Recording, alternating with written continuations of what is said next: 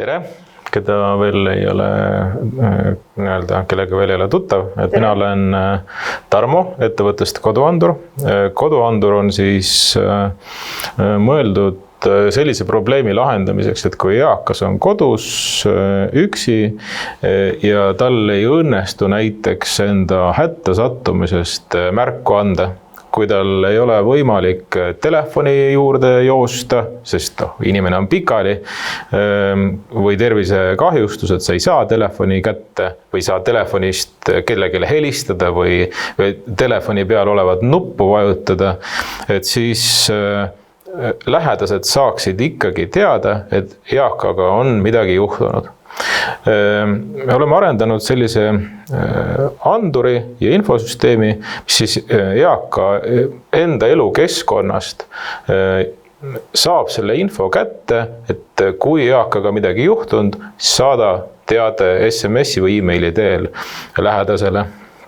Ja kuidas me siis seda teeme? Et andur paigaldatakse siis eaka koju seina peale. Andur on varustatud täiesti tavalise liikumisanduriga. Sensor, mis registreerib puhtalt inimese sellist mööda minemist. Et põhimõtteliselt, kui te lähete mööda automaatselt süttivast lambist, et siis lamp läheb põlema, see andur registreerib siis mööda minemisel lihtsalt andmebaasis number 1-ga.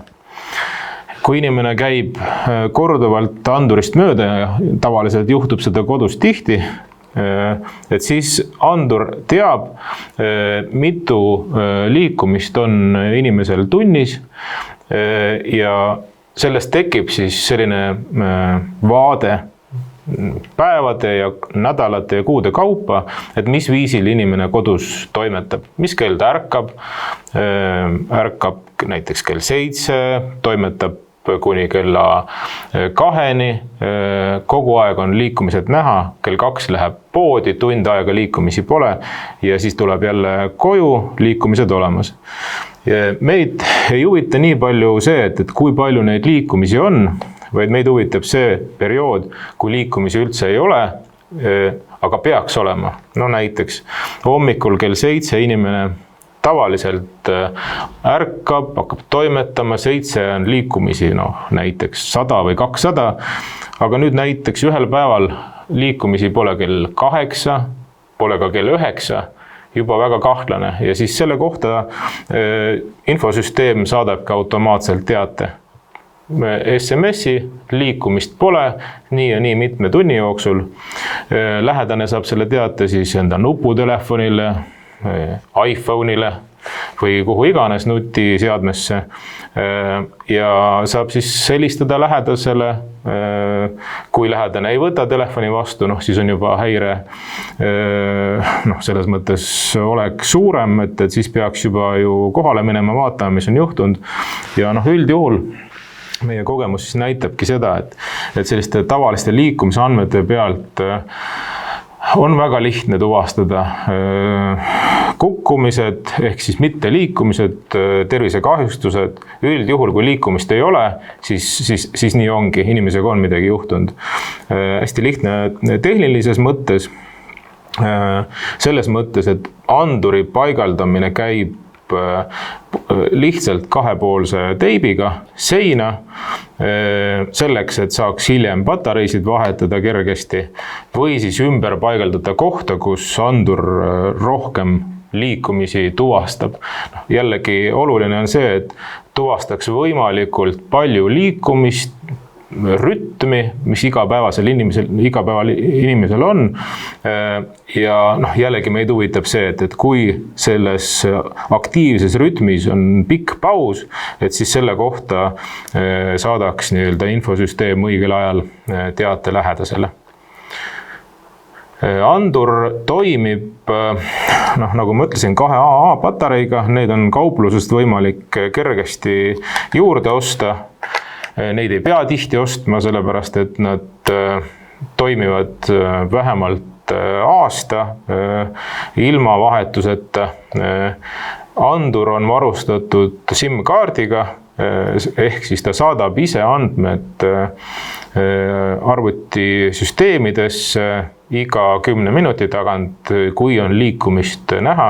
Kui liikumist ei ole, siis iga tunni tagant annab teada, et liikumisi pole, andur töötab.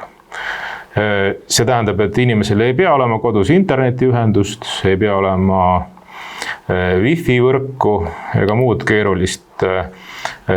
Lähedasel inimesel, sotsiaaltöötajal teeb selle elu ka hästi lihtsaks, et paigaldamine ei eelda seda, et on vaja arvutiühendust, internetti, et saab lihtsalt kleepida seina peale ja juba toimib, et ei pea ühendama Wi-Fi võrguga, mis tihti muudab paigaldamise ülimalt keerukaks, kus on vaja panna paroole, midagi sellist. Siin kõik see puudub. Seesama andur aktiveerub siis selliselt, et tõmmatakse siit tagant kile ära, siis andur näitab, et ta ärkas ellu LED-tuledega. LED-tuledest täpselt, et mis viisil need LED-tuled vilkuma peavad, on meil kenasti kasutusjuhendis olemas, et näha, et kas andur hakkas koha peal tööle või mitte.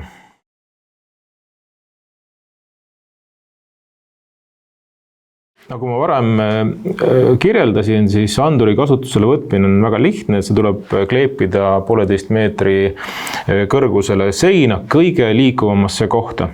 Teie teate kõige paremini eakat, et te teate üldjuhul, et kus ta kõige aktiivsemalt liigub, aga samas seda ei pea kohe 100% nagu ära arvama, et seda andurit on võimalik ükskõik kuhu tuppa paigutada kaardistamise perioodiks. Ja mida tähendab kaardistamise periood? See tähendab seda, et nüüd andur, kui ta on paika pandud, siis kogub liikumiste andmeid, nagu ma mainisin, siis iga tunni kaupa meil on teada, et kui palju liikumisi tunnis on ja mida rohkem neid liikumisi tunnis ta suudab tuvastada, seda parem asukoht tegelikult on ka anduril. Juhul, kui nüüd andur on paika pandud, et siis hakkab tekkima selline ruudustik. Ma ütlesin, et nädala kaupa on andmed olemas, mis kell inimene ärkab, mis kell tal on väiksed võib-olla uinakud.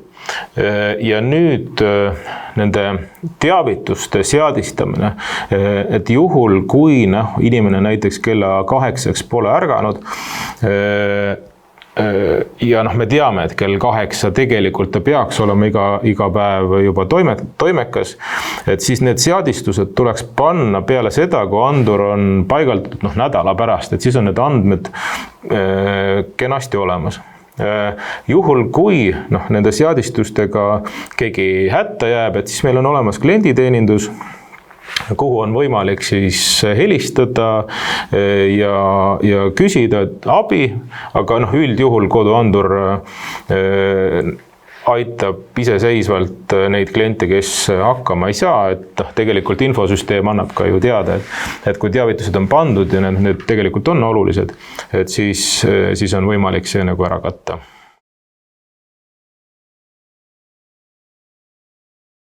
Juhul, kui andur on juba paigaldatud kliendi koju või teda isegi pole veel paigaldatud, ta on hea, sama andur on kuskil kellelgi kodus kapi peal, siis tegelikult enne anduri kasutusele võtmist on hea teha siis kasutajakonto koduanduri kodulehel.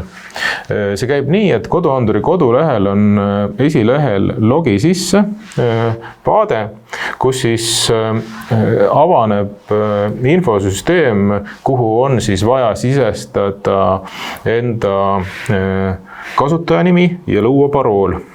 Peale kasutajanime ja parooli loomist tuleb teile e-mailile teade, et teie konto on registreeritud ja sellele e-mailile tuleb siis klikkida. Peale seda klikkimist tuleks sisestada siis andmed selle kohta, et kelle juurde andur siis paigaldatakse. Lisaks tuleb eelsisestada andmed, et mis tuppa ta vähemalt alguses läheb, siis sinna nii-öelda toa juurde sisestatakse anduri andmed, mis on anduri all kirjas, anduri number ja anduri tüüp ja siis ka kontaktisikud, et kellele hakkavad teated siis minema juhul, kui liikumist ei ole. Peale andmete sisestamist ongi juba andur selles mõttes kasutatav, et teda võib panna siis seina peale või ütleme, kui ta on juba varasemalt seina peale pandud, siis midagi ei juhtu, et ta töötab nagunii iseseisvalt.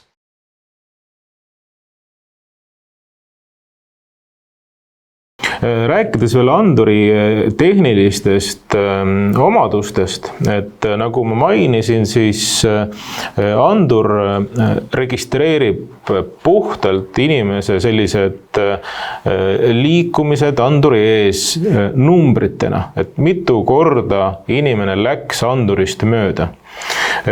Mis tähendab, et selline nagu lambilüliti põhimõte, lähed lambist automaatselt süttivast lambist mööda, lamp läheb põlema. Meie lihtsalt registreerime, mitu korda lamp põlema läks, need numbrid, mis tähendab, et infosüsteemi tulevad numbrid, mitte inimese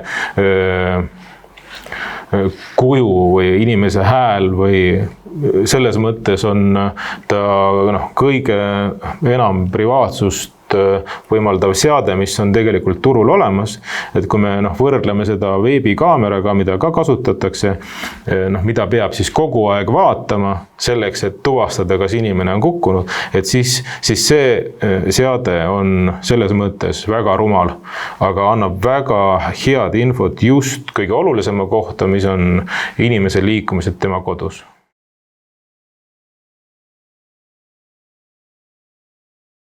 Väga õigustatud küsimus just selles kontekstis, et kuhu paigutada andurit, et kus ta kõige rohkem ruute püüaks. Andur näeb tegelikult 5 meetrit. Ütleme niimoodi, et korteris üldjuhul ja meie eestlaste eluruumides on see täiesti piisav, ameeriklaste puhul võib-olla jääb natukene puudu, aga Eestis katab selle vajaduse ära, et siin on need distantsid väiksed ja 5 meetrit siis kiirena, et ta mitte ainult üks kiir, vaid ta võtab nagu nurgana 90 kraadiga.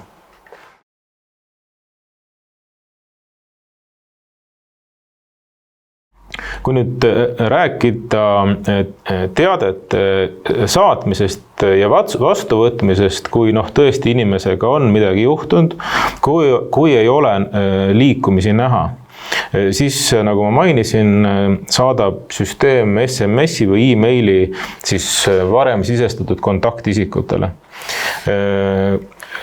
Kontaktisikud saavad SMS-i, e-maili ja siis neil on võimalik, nagu ma mainisin, helistada, sõita kohale ja vaadata, mis on siis juhtunud. Aga kui sellist võimalust ei ole, reiside ajal või siis tõesti paljudel inimestel elavad ju lähedased välismaal, et mis siis ette võtta, et kuidas ma saan teada, et mis on siis eakaga juhtunud ja selle jaoks on meil siis olemas väga hea koostööpartner, ettevõtte nimega Estcare, kes siis Tartus ja Tallinnas sõidavad kiiresti kohale ja vaatavad, mis eakaga on juhtunud. See muidugi eeldab seda, et on olemas võtmed Estcare'i meeskonnale varem antud, mille kohta on siis sõlmitud kokkulepe, võtmete loovutamise lepe ja loomulikult muud olulised vastutust käsitlevad tingimused, et kõik oleks korrektne, et inimene saaks abi, aga kõik oleks selles mõttes aus ja usaldusväärne.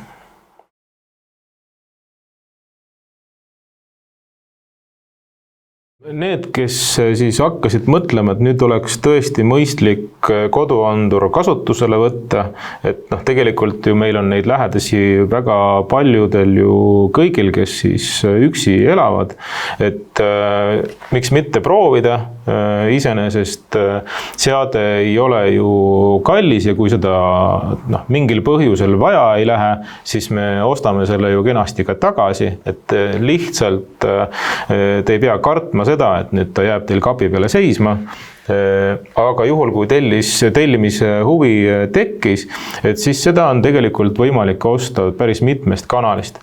Et on võimalik tellida koduanduri kodulehelt, kus on olemas siis kontaktandmed, et kellele helistada või lihtsalt kodulehelt märkida soov või siis juba Estgeri poole pöördudes, kelle kontaktid on siin olemas, nende kodulehel on olemas tellimise võimalus just nende klientide jaoks, sest nemad soovivad enda klientidele suuremat turvalisust pakkuda ja on väga huvitatud sellest, et oleks inimene hoitud.